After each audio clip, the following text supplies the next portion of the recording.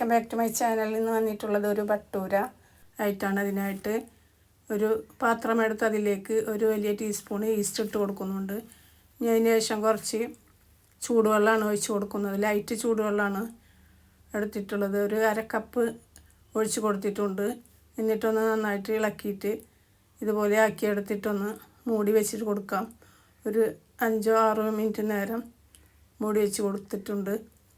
ഇനി ഒരു സ്റ്റീലിൻ്റെ പാത്രം എടുത്ത് അതിലേക്കൊരു ആദ്യം ഒരു കപ്പ് മൈദ ഇട്ട് കൊടുത്തിട്ടുണ്ട്. പിന്നെ അരക്കപ്പാണ് ഇട്ട് കൊടുത്തിട്ടുള്ളത്.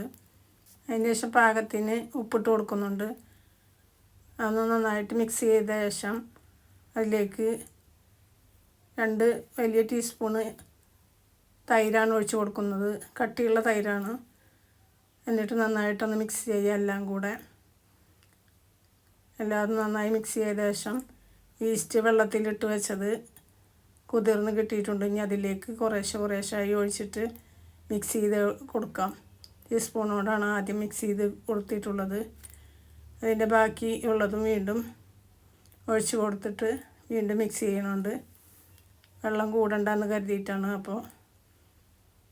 എന്നിട്ട് നന്നായി മിക്സ് ചെയ്ത ശേഷം ബാക്കിയുള്ളതും ഒഴിച്ച് കൊടുത്ത് കൈകൊണ്ട് നന്നായിട്ട് കുഴച്ച് കൊടുക്കാം. അപ്പോൾ കുറച്ച് വെള്ളത്തിൻ്റെ കുറവ് വന്നപ്പോൾ ലേശം കൂടെ വെള്ളം ഒഴിച്ച് കൊടുത്തിട്ടുണ്ട്.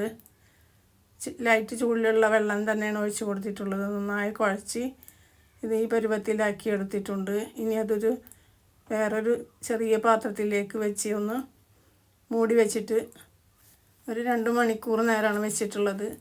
അപ്പോൾ അത് നന്നായിട്ട് പൊങ്ങി കിട്ടിയിട്ടുണ്ട്.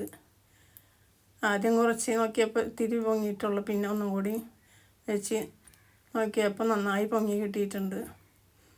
എന്നിട്ട് അതൊന്ന് അതിൽ നിന്നെടുത്ത് സ്ലാബിൻ്റെ മേൽക്കാണ് ഇട്ട് കൊടുത്തിട്ടുള്ളത്. സ്ലാബൊക്കെ നന്നായി കഴുകി വൃത്തിയാക്കി തുടച്ചെടുത്തതാണ്. ഇതുപോലെ കഷ്ണങ്ങളാക്കി എടുത്തിട്ടുണ്ട്. ആ പാത്രത്തിൽ നിന്ന് എടുത്തിട്ട് പിന്നെ കുഴക്കേണ്ട ആവശ്യമൊന്നുമില്ല. അപ്പോൾ കൈയിൻ്റെ മേലെ കുറച്ച് ഓയിൽ പുരട്ടി കൊടുത്തിട്ടാണ് ഓരോ ഉരുളകളാക്കി എടുക്കുന്നത്. പിന്നെ ആ പാത്രത്തിൽ തന്നെ വെച്ചൊന്ന് മൂടി വെച്ച് കൊടുത്തിട്ടുണ്ട്. പുറത്ത് വെക്കരുത്. അപ്പോൾ അത് അതിൻ്റെ ഭയങ്കര ഉറപ്പായി കിട്ടും. അപ്പോൾ ഇനി സ്ലാബിൻ്റെ മേലെ കുറച്ച് പൊടി ഇട്ട് കൊടുത്തിട്ടുണ്ട്. അപ്പോഴേക്കും ചട്ടിയിൽ ഓയിൽ ഒഴിച്ച് കൊടുക്കുന്നുണ്ട് ചൂടായി കിട്ടാൻ. ഇനി ഒരു ഉരുള എടുത്തിട്ട് അതൊന്ന് പരത്തിയെടുക്കാം. അപ്പോൾ നല്ല ഷേപ്പാക്കി പരത്തൊന്നും വേണ്ട, കുറച്ച് റൗണ്ടായി കിട്ടിയാൽ മതി. എന്നിട്ട് നന്നായി പരത്തി ശേഷം കത്തി കൊണ്ട് ഇതുപോലെ കട്ട് ചെയ്ത് കൊടുക്കാം. അപ്പോൾ അത് കട്ട് ചെയ്ത് എടുത്തിട്ടുണ്ട്. ഇനി അതെടുത്ത് അതിൻ്റെ പൊടിയൊക്കെ കളഞ്ഞ് ചൂടായ ഓയിലിൽ ഇട്ട് കൊടുത്തിട്ട് ഒന്ന് പൊരിച്ചെടുക്കാം. അപ്പോൾ ആ ഭാഗം ഒക്കെ നന്നായിട്ട് വെന്ത് കിട്ടിയിട്ടുണ്ട്. ഇനി ഒന്ന് തിരിച്ചിട്ട് കൊടുക്കാം. അവിടെയും നന്നായിട്ട് വെന്ത് കിട്ടിയിട്ടുണ്ട്. ഇനി ഒന്ന് കോരിയെടുത്ത് ഒരു പ്ലേറ്റിലേക്ക് ഇട്ട് കൊടുത്തിട്ടുണ്ട്. വീണ്ടും അടുത്തതും ഇതുപോലെ പൊരിച്ചെടുക്കാം. അതും ഇട്ട് കൊടുത്തിട്ടുണ്ട്. ഈ വീഡിയോ ഇന്നലെ എടുത്തതാണ്. ഇന്നലെ ഇടാൻ പറ്റിയിട്ടില്ല. അപ്പോൾ അത് കാരണം ഇന്ന് ഇട്ടതാണ്. അപ്പോൾ അതും പൊരിച്ചെടുത്ത് എല്ലാതും ഇതുപോലെ പൊരിച്ചെടുത്തിട്ടുണ്ട്. ഒരു പാത്രത്തിലേക്ക് മാറ്റി കൊടുത്തിട്ടുണ്ട്. അടുത്തതും ഇതുപോലെ എടുത്തൊന്ന് പരത്തി കൊടുക്കാം. ആ ഉരുളകളാക്കിയതും നന്നായി മൂടി വെച്ച് കൊടുക്കണം, ഇല്ലെങ്കിൽ അത് ഡ്രൈ ആയി ഇരിക്കുള്ളൂ. അപ്പോൾ വീണ്ടും അതുപോലെ ഒരു ഉരുള എടുത്ത് ഇതുപോലെ പരത്തിയെടുത്തിട്ടുണ്ട്.